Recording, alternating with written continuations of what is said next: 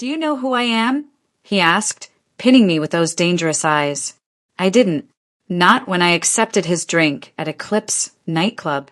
Not when I followed him to his penthouse. Not when I slipped out at dawn thinking it was just a beautiful mistake. But 3 days later, when he found me, I learned the truth. He's the younger brother of Seoul's most powerful crime lord. And he just declared war on his own family. For me. If you believe women should chase their dreams without being questioned about their relationship status, hit that subscribe button for Ebony and Pearl stories. Only people who think women exist just to find a man won't subscribe. The bass thundered through Eclipse nightclub so hard I felt it in my chest. Seoul's elite swirled around me in designer labels and dangerous smiles, and somewhere between the champagne and the celebration, I stopped being careful. Nancy! Nancy! My client grabbed my arm, nearly spilling Dom Perignon on my dress. Our fashion queen! Your styling saved our entire fall collection. I laughed, raising my glass to the crowd of executives and socialites who suddenly knew my name. The VIP section of Eclipse was exactly what you'd expect from Gangnam's most exclusive club. Crystal chandeliers casting prismatic light across black marble floors. Bottle service that cost more than most people's monthly rent, and Seoul's powerful playing games I didn't understand yet. So Nancy, my client's wife, leaned in with champagne-gloss lips. A woman as stunning as you, traveling alone to Seoul. Surely there's someone special waiting back in London. I felt my practiced smile tighten. 27 years old, building an empire one outfit at a time, and still fielding questions about why I wasn't settling down. Actually, I should probably... That's when I saw him. He stood across the VIP section like a predator who just spotted prey. Sharp jawline that could cut glass, perfectly styled dark hair with subtle highlights catching the club lights, and a patterned silk shirt that screamed old money and new danger. But it was his eyes that stopped my heart. Dark, intense, and locked onto me like I was the only person in the room. Our gazes collided, and I swear the music faded for just a second. Heat rushed through my body in a way that had nothing to do with the crowded club. This man wasn't just handsome. He was devastating in a way that made smart women make stupid decisions. He moved through the crowd with fluid confidence, and I noticed how people parted for him, how security guards straightened when he passed, how whispers followed in his wake.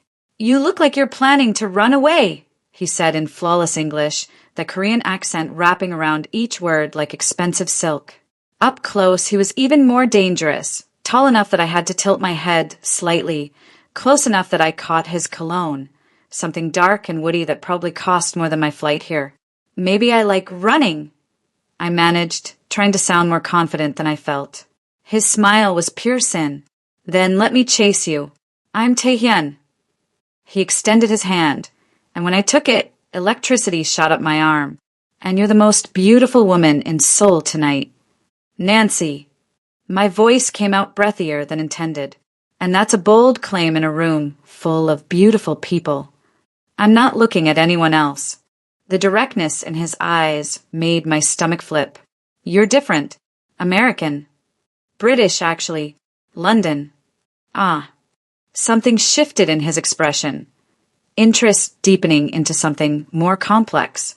"I studied in London. Business degree I never use." "What brings you to Seoul?" "Work. Fashion, styling." "Let me guess. You're the one who made Park Ji-won's collection look like art instead of desperation." When my eyes widened, he laughed. "Word travels fast in certain circles. Come." He gestured toward the balcony. "It's too loud in here to properly get to know each other." Every warning bell in my head screamed that this was a terrible idea, but my body was already moving toward him, drawn by something I couldn't name and wasn't sure I wanted to resist. The balcony overlooked Seoul's glittering skyline. Namsan Tower lit up in the distance, the Han River a ribbon of reflected light cutting through the city. The night air was cool against my overheated skin, and suddenly I could breathe again. "Better," Taehyun said, standing close enough that our shoulders almost touched. "Now I can hear you think." That's a dangerous talent. I'm good at reading people. You, For instance, you're celebrating something big, but you're uncomfortable with all the attention. You'd rather be behind the scenes, making other people shine. I turned to face him fully, unsettled by his accuracy. And what else do you see? His gaze traveled over my face with an intensity that felt almost physical. Someone who works too hard. Someone who's always proving something. Someone who's forgotten how to just feel. That's a lot to assume from 5 minutes of conversation. Am I wrong? I should have lied, should have laughed it off and gone back inside. Instead, I found myself saying, no, you're not wrong. We talked for what felt like hours, but was probably only 30 minutes. He was surprisingly easy to talk to. Funny, intelligent, with observations about art and culture that revealed depth beneath the expensive exterior. But he was also maddeningly vague about himself. When I asked about his work, he deflected. When I mentioned his family, his jaw tightened almost imperceptibly. You're mysterious, I said, watching him carefully. And you're direct. I like that. His fingers brushed mine on the balcony railing, and heat sparked between us. Most people in my life are afraid to be honest. Why would they be afraid? Something dark flickered across his face. Family expectations. You understand that, don't you? The weight of other people's plans for your life. I did. God, I did. We talked about the pressure to conform, to meet expectations, to fit into boxes other people built. And somewhere in that conversation, the space between us disappeared. His hand found the small of my back. My fingers traced the expensive fabric of his sleeve. The air grew thick with possibility. Come with me, he said suddenly, voice rough. Let me show you real soul. Not this, he gestured at the club behind us, but something real. Where? My place. I have a view that makes this look like nothing.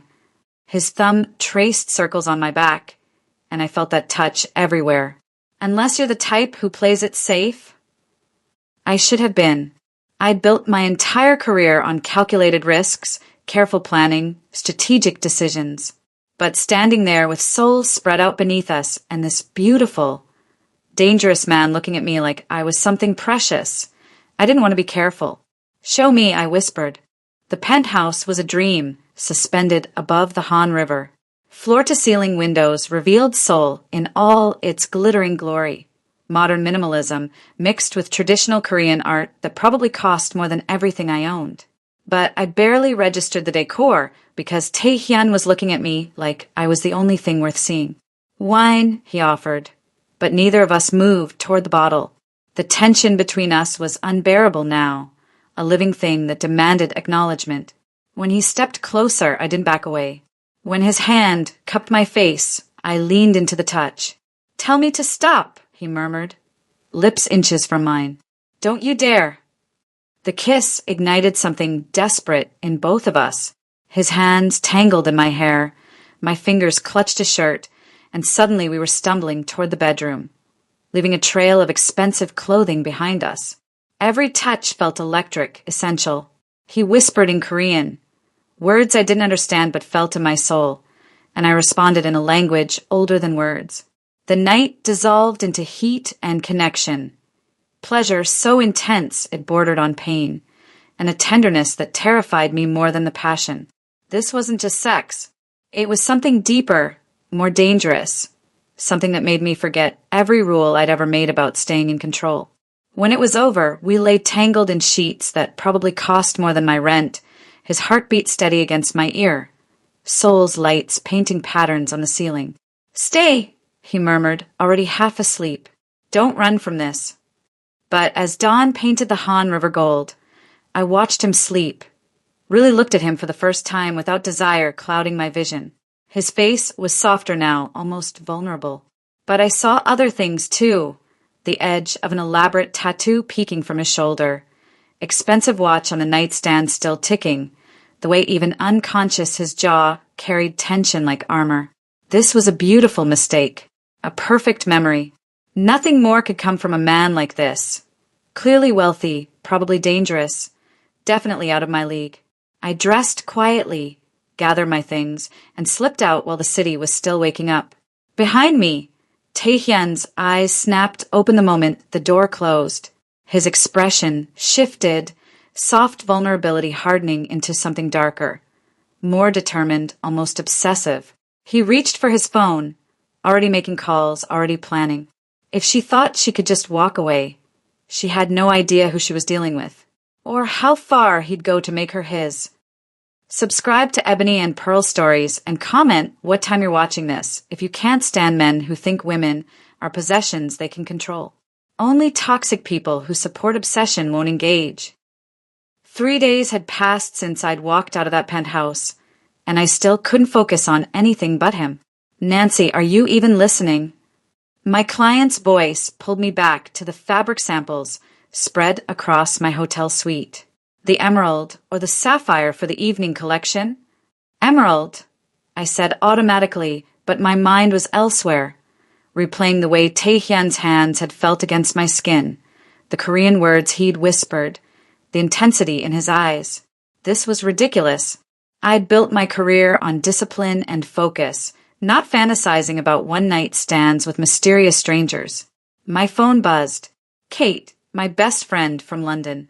Finally, her voice exploded through the speaker. I've been trying to reach you for days. How's Seoul? Amazing. The contract's going perfectly, I said, forcing brightness into my tone. And any hot Korean drama moments?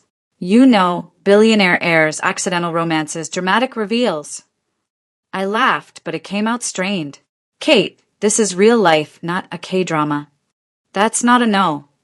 Her voice sharpened with interest. Oh my God, Nancy Claire, what did you do? Nothing. Just, there was this guy at a club, but it was nothing. One night and I left. End of story. You're a terrible liar. But fine, keep your secrets. Just be careful, yeah? Seoul's a big city, and you don't know anyone there.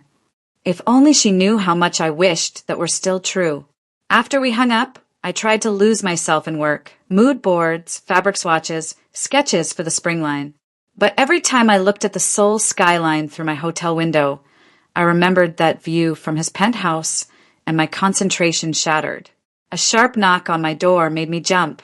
Room service. I called, confused. I hadn't ordered anything. No answer. Just another knock, more insistent this time. I checked the peephole and my heart stopped. Taehyun stood in the hallway, but he looked nothing like the polished man from the club. His hair was disheveled, designer clothes rumpled like he'd slept in them, and his eyes, God, his eyes burned with an intensity that made my breath catch. I opened the door on instinct and immediately regretted it. Did you think you could just disappear? His voice was rough, raw with something between anger and desperation. How did you find me? My hand tightened on the doorframe. Taehyun, this is... Don't. He stepped closer, and I caught the faint scent of whiskey mixed with his cologne. Don't tell me it was nothing. Don't tell me you haven't been thinking about it every second since you left. My pulse hammered. I should be terrified, should slam the door in his face and call security. But instead, I felt a traitorous thrill run through me. He'd come for me. He'd found me in a city of 10 million people. You can't just show up at my hotel room. This is crazy. I know. He ran his hand through his hair, and I saw his fingers tremble slightly. I know it's crazy. I haven't slept. Can't eat. Can't think about anything but you. Do you understand what that means for someone like me? Someone like you? He pushed past me into the room, not aggressive, but desperate, like a drowning man grasping for air. I should have stopped him, but my body had different ideas about what constituted danger. I need to tell you the truth, he said, turning to face me. That night, I wasn't just some guy at a club. My family, Nancy, my brother runs one of Seoul's most powerful crime organizations. I've spent my entire life being controlled, suffocated, told who to be and what to do and who I'm allowed to feel anything for. The room tilted slightly. You're in the Mafia. My brother is.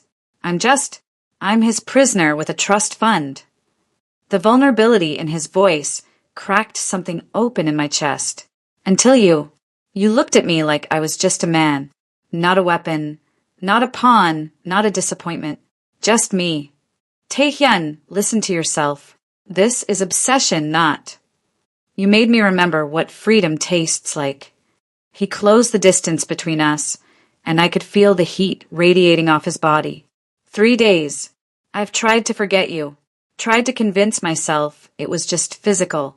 But Nancy, I can't let you go. I won't. My back hit the wall, but I wasn't afraid. I was terrified of something else entirely. The way my body responded to him, the way my heart raced when he said my name like a prayer. This was supposed to be one night, I whispered, trying to hold on to logic even as it slipped away. Not for me. Never for me. His hand came up to cut my face, thumb tracing my cheekbone. Come with me today. Let me show you who I really am. Then decide if you want to run. Every rational part of my brain screamed to refuse. But there was something in his eyes, genuine pain mixed with desperate hope, that made me hesitate. One day, I heard myself say, then I'm going back to my life, and you're going back to yours. The smile that crossed his face was heartbreaking in its relief. The traditional tea house was hidden down a narrow alley in Insadong, worlds away from the glittering clubs and modern high-rises. Mrs. Park, the elderly owner, greeted Tae-hyun with obvious affection, then studied me with sharp eyes that saw too much. She different from others, Mrs. Park said in broken English, setting delicate cups before us.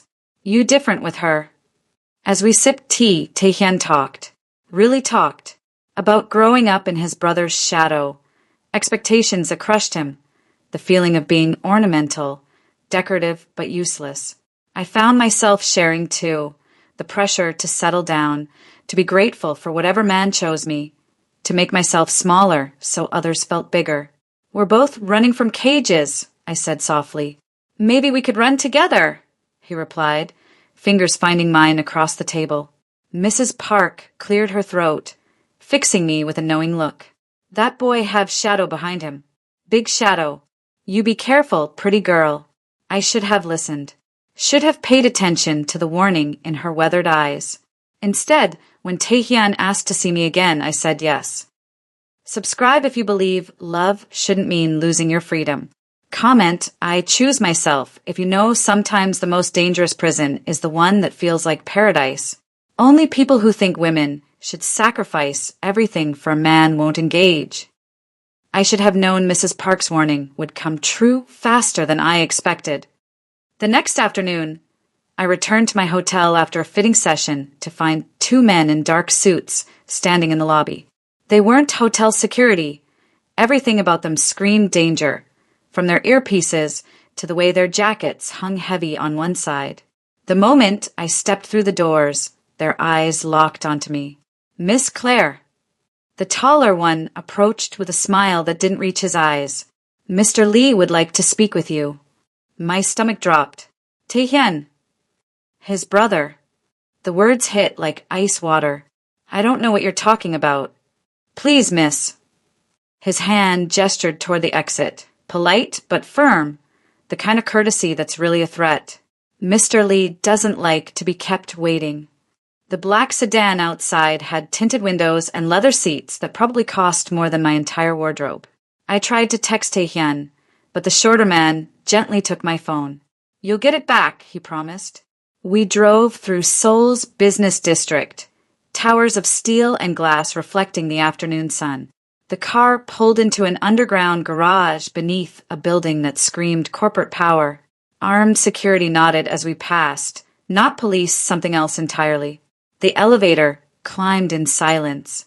My heart hammered against my ribs. The office we entered was everything Tae-hyun's penthouse wasn't. Cold, minimal, designed to intimidate. Floor-to-ceiling windows overlooked Seoul like a kingdom under surveillance. Behind a massive desk sat a man who looked like Tae-hyun's ghost from a darker timeline. Minho Lee rose as I entered, and the temperature in the room seemed to drop 10 degrees. He was taller than Tae-hyun, broader in the shoulders, with the same sharp features but none of the warmth. His suit was perfectly tailored, charcoal gray that matched his eyes, calculating, cold. assessing me like a threat that needed eliminating. Miss Claire. His English was flawless, accent even more refined than his brother's. Thank you for coming. I didn't have much choice. A slight smile touched his lips, approval for my directness, maybe or amusement at my defiance. Please sit. I remained standing. What do you want? Minho walked around his desk with predatory grace, each step measured and deliberate. My brother has become distracted. Do you know what happens when someone in Taehyun's position loses focus? I don't know what position that is. Convenient ignorance. He stopped a few feet away, hands in his pockets, casual but somehow more threatening for it. Let me be clear, Miss Claire. My family has obligations. Taehyun has responsibilities that require complete dedication. You are a complication we don't need. Anger flared through my fear. I'm a person, not a complication. Semantics. He moved to his desk, pulled out a checkbook. Name your price. Leave Korea today. Never contact my brother again, and you'll be compensated generously for your time. The dismissal in his voice ignited something fierce in my chest. Every time someone had underestimated me, every time I'd been reduced to a transaction, a problem to be solved with money, it all came rushing back. I'm not for sale. Minho's pen paused midair. Everyone has a price. Then you don't know everyone. I stepped closer, matching his intimidation with my own fury. Your brother is a grown man. If he wants to see me, that's his choice. His choice. Minho's laugh was devoid of humor. Taehyun hasn't made a real choice in his life. He's a dreamer, Miss Claire. Impulsive. Emotional. Exactly the kind of man who destroys everything chasing a fantasy. Or maybe you've controlled him so long, you can't recognize freedom when you see it. The temperature in the room plummeted.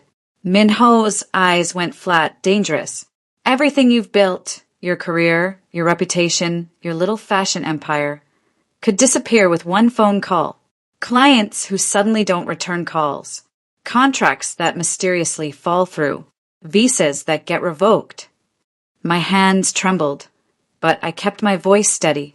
Is that a threat? It's a reality check. He closed the checkbook, and I saw something flicker across his face. Respect, maybe, for my refusal to bend. You're brave. Stupid, but brave. I'll give you 24 hours to reconsider. I don't need 24 seconds. My answer is... The office doors exploded open. Taehyun burst in like a storm given human form, eyes wild, hair disheveled. Fury radiating from every line of his body.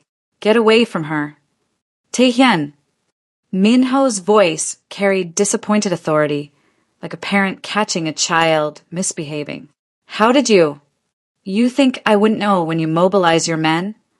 Taehyun moved between us, and I saw the family resemblance in his rage, same sharp intensity, but burning hot where Minho ran cold. You think I wouldn't track her? This is exactly what I'm talking about. Minho's calm never cracked. Look at yourself, obsessed with a woman you barely know, ready to tear down everything for the first real thing in my life. Taehyun's voice cracked. I'm done, Hyung. Done being your puppet. Done pretending I don't exist except when you need me to. You exist because of me. Everything you have is a cage. The pain in Taehyun's voice made my chest ache. You've controlled every aspect of my life since I was 16. Who I see, where I go, what I'm allowed to want. Not anymore. Minho's expression finally shifted. Something dangerous sliding beneath his composed surface. You'd throw away your family? Your legacy? For her. She's not just a woman. Taehyun's hand found mine, grip almost desperate. She's the first person who sees me. Not your brother. Not the spare heir. Not a piece on your chessboard. Me. The brothers stared at each other, years of resentment crackling between them like lightning looking for ground. I saw Minho's hand move slightly, and suddenly guards appeared in the doorway. For men, armed, ready. For a terrifying moment, I thought they'd actually fight. Taehyun's body coiled like a spring, and I realized I'd never truly seen the dangerous side Mrs. Park warned about. This wasn't the charming stranger or the vulnerable man confessing his feelings. This was someone who'd grown up in violence, who knew how to hurt people. Enough! Minho's single word stopped everything. His eyes never left Taehyun's face. You want freedom? Prove you deserve it. What? One job. One final obligation to this family. Minho's smile was cold calculation. Complete it successfully, and I'll let you go. You and your distraction can have whatever fairy tale you're chasing. What kind of job? I asked, though dread already pooled in my stomach. Minho ignored me entirely, speaking only to his brother. You have 48 hours to decide. Walk away now and you're out. No money, no protection, no family. Or prove your loyalty one last time and earn your freedom. The trap was obvious, but Taehyun's eyes lit with desperate hope. Done, he said, and I knew, with terrible certainty, that we'd just made a deal with the devil himself. Subscribe if you know family loyalty shouldn't mean losing yourself. Comment control isn't love. If you believe real family supports your freedom, not chains you. Only people who think control equals care won't engage. The safe house was nothing like Taehyun's penthouse. Bare concrete walls, minimal furniture, the kind of place designed to be forgotten. He paced like a caged animal while I sat on the worn couch, trying to process what had just happened. Tell me about this job, I said quietly. Taehyun stopped pacing, ran both hands through his hair. Documents. A rival organization stole records that could expose my brother's operations. I need to retrieve them. That doesn't sound so impossible. His laugh was bitter. They're being held in a fortified location in Itaewon. 6 armed guards, minimum, probably more. Security systems designed by people who know exactly what Minho's capabilities are. He turned to face me, and the defeat in his eyes made my chest ache. It's a suicide mission, Nancy. He designed it to fail. Then don't do it. I stood, crossing to him. Walk away. We'll leave Korea together tonight. With what money? What protection? His hands gripped my shoulders, not rough, but desperate. Minho controls everything. Even if we ran, he'd find us. This is the only way we can be together. I complete this job, prove my loyalty one last time, and we're free. Or you die trying, and he never has to worry about you again. The truth hung between us like a blade. Nancy, I have to try. His voice cracked. You're the first thing I've ever wanted for myself. The first choice that's been mine. I can't just give that up. Even if that choice kills you. I searched his face, seeing the obsession burning there, wondering if Mrs. Park was right, if what we had was love or just his desperate addiction to the idea of freedom. Taehyun, listen to yourself. This isn't about us. This is about you trying to escape a cage by running into another one. Before he could respond, someone knocked. A young man entered, handsome, cautious, carrying himself like someone who'd seen too much violence. Ji-woo, Taehyun said. This is Nancy. Nancy, my oldest friend. Ji-woo studied me with sharp eyes, then spoke to Taehyun in rapid Korean. Whatever he said made Taehyun's jaw tighten. He's right, Taehyun finally said. You should go back to your hotel. I need to prepare. As Taehyun stepped out to take a phone call, Ji-woo moved closer. Miss Claire, may I speak honestly? Please. I've known Taehyun since we were children. I've seen him with many women. Some he liked, some arranged by his brother. But I've never seen him like this. Ji-woo's expression was troubled. He's not thinking clearly. This obsession with you, it's consuming him, making him reckless. I didn't ask for this. I know, but he's going to get himself killed trying to keep you. Ji-woo glanced toward the door. If you care about him at all, you'll leave Korea before he does something there's no coming back from. I couldn't just accept it. That night, I returned to Mrs. Park's tea house. The elderly woman looked unsurprised to see me. You come for answers. Tell me about the Lee family, about Tae-hyun. Mrs. Park poured tea with steady hands. That boy born into shadow. Big brother, very powerful, very cruel. Used Tae-hyun like pretty bird in cage. Show to guests but never let fly. Has he tried to leave before? Something dark passed over her face. Once, many years ago, brother arranged marriage for him. Good family, powerful connections. But girl, she fall in love with Tae-hyun for real. Want to run away together. My blood went cold. What happened to her? She disappear. Family say she go abroad, but Mrs. Park shook her head. Min-ho not let go of what he own. He eliminate threat, keep Tae-hyun in place. The tea turned to acid in my stomach. Even if Tae-hyun completed this impossible job, Min-ho would never truly set him free. The pattern was clear. Anyone who threatened his control over his brother simply vanished. My phone buzzed. Kate, Nancy, I've been worried sick. You sound different in your messages. What's really going on? I found myself telling her everything. The nightclub, Tae-hyun, his brother, the impossible situation spiraling out of control. Come home, Kate said firmly. Tonight. He's not your responsibility. I know. But you're not coming home, are you? Her voice softened with understanding. Oh, Nancy, you've fallen for him. Had I? Or was I caught in the same obsession that had him chasing a fantasy of freedom? The line between love and addiction blurred like soul's lights through rain. I don't know what this is, I admitted, but I can't watch him die for it. Tae-hyun came to my hotel that night, and without words, we both knew this might be the last time. Back in his penthouse, where it all started, Seoul glittered beneath us like a city of broken promises. The view that had enchanted me that first night now felt like a beautiful lie. I know I'm obsessed with you, Tae-hyun said, voice raw with honesty. I know it's not healthy, that I'm probably just using you as an escape fantasy. But Nancy, I've never felt more alive than when I'm with you. I traced the tattoo on his shoulder, an intricate dragon, coiled and powerful. Your brother. The family, everything that's controlled me. His hand covered mine, moving it to the phoenix on his other shoulder. And this, my desire for rebirth. To burn down everything I've been and rise as someone new. This isn't freedom, Tae-hyun. Tears burn my eyes. We're both trapped. You by your brother's control. Me by these feelings I can't stop having for you. Then let's be trapped together.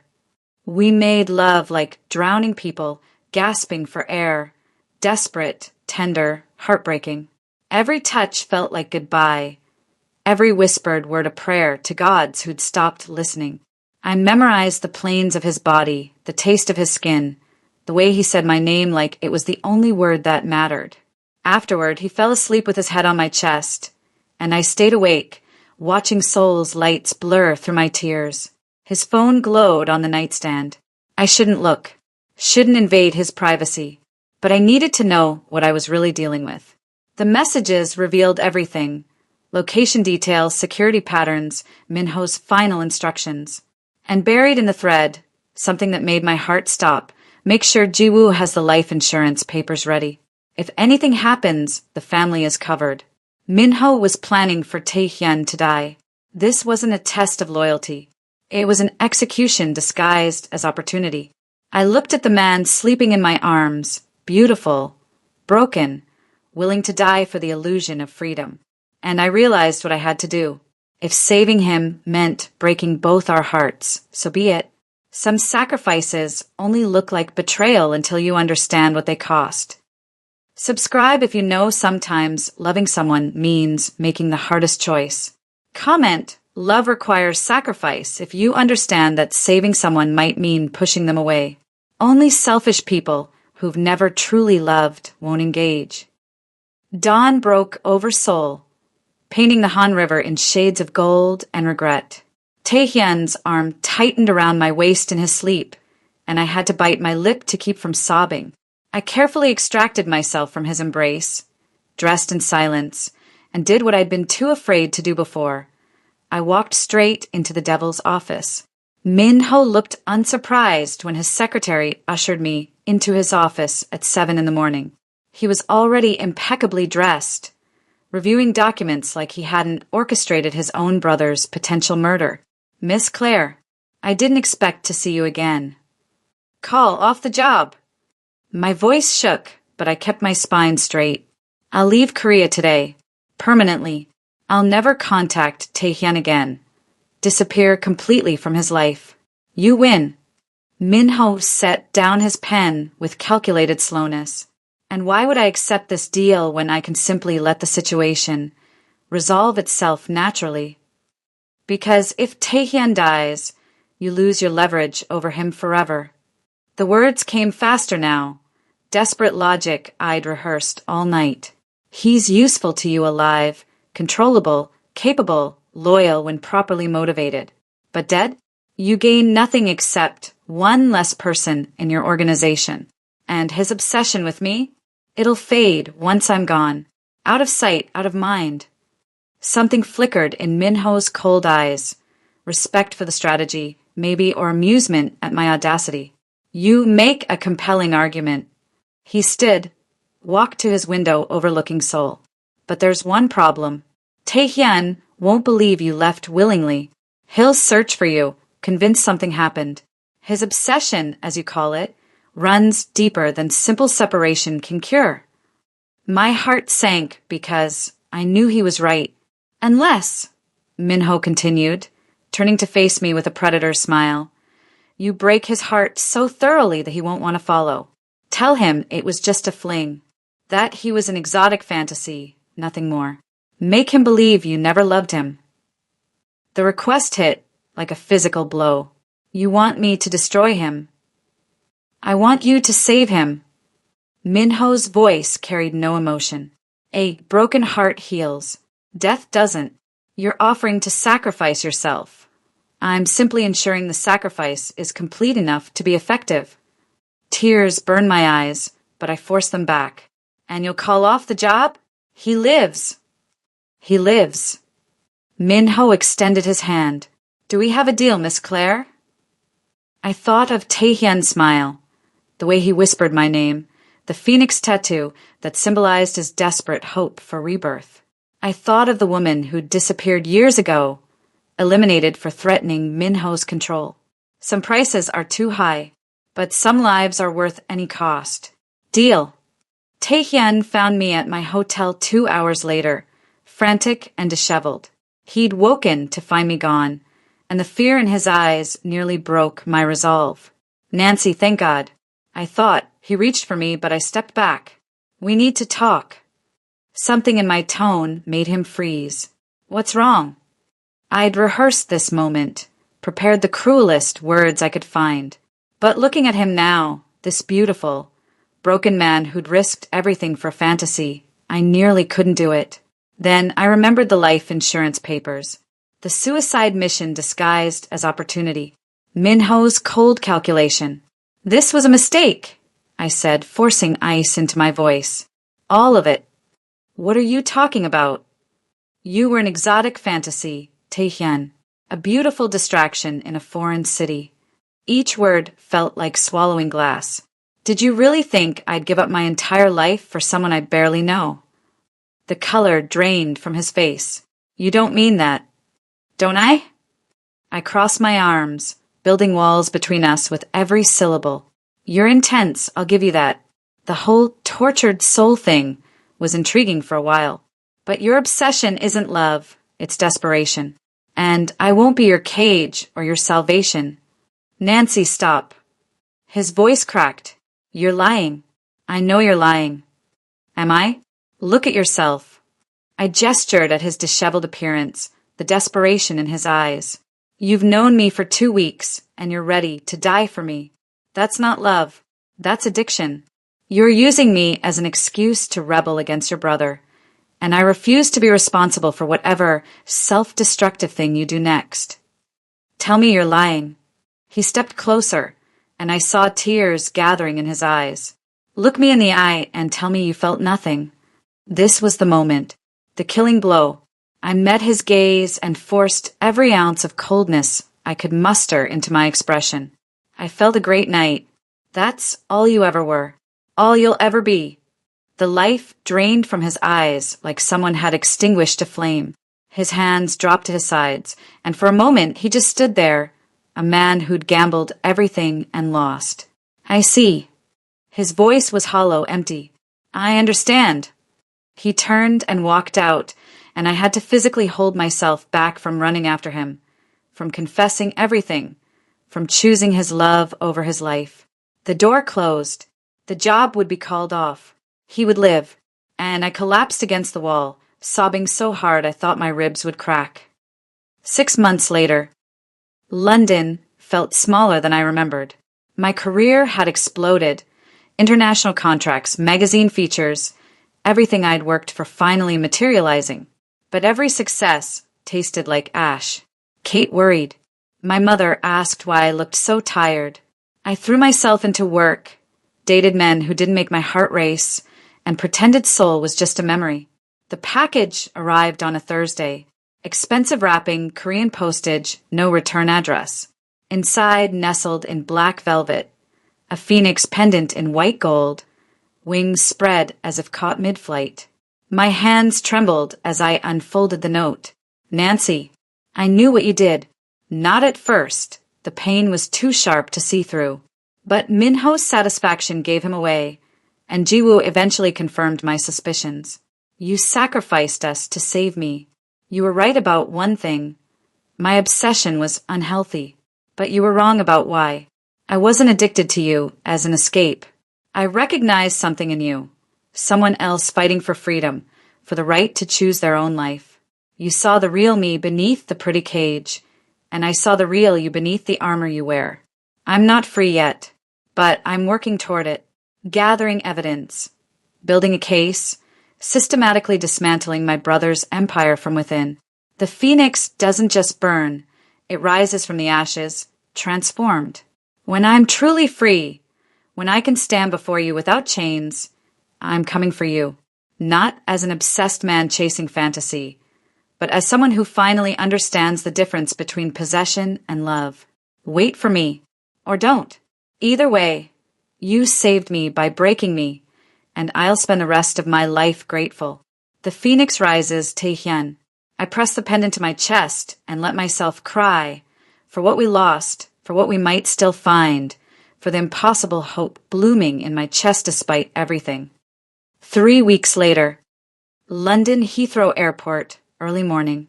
I was heading to Paris Fashion Week, running on coffee and determination, when I felt it, that electric awareness that raised every hair on my body. Across the terminal, a figure in a patterned silk shirt. Same build, same way of standing like he owned the space around him. It couldn't be. My heart hammered as I moved closer, weaving through travelers, my carry-on forgotten. The man turned slightly, and I caught his profile. Sharp jawline, perfectly styled dark hair, an intensity that seemed to pull all light toward him. He felt me watching, turned. Our eyes met across the crowded terminal, and the world narrowed to just us, like that first night in Eclipse, like every moment between that's haunted my dreams. Taehyun's lips curved into a smile that was different from before, steadier, more certain, carrying the weight of transformation rather than desperate escape. He raised his hand slightly. A question, a promise, a beginning. Some obsessions don't fade. They transform. They burn away everything false until only truth remains.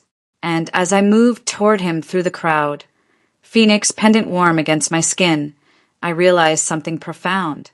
I'd been waiting for him too. Not for the broken man chasing fantasy, but for this, someone who'd walked through fire and emerged forged into something new. Someone who'd learned the difference between possession and freedom, between obsession and love. The distance between us closed. "Hello, Nancy," he said softly. And this time when I said hello back, it felt like the beginning of something real. Subscribe to Ebony and Pearl Stories if you believe people can change and grow into who they're meant to be. Comment freedom over control. If you stand against people like Minho who manipulate and cage the ones they claim to love, only people who think control equals love won't engage. And that says everything about them.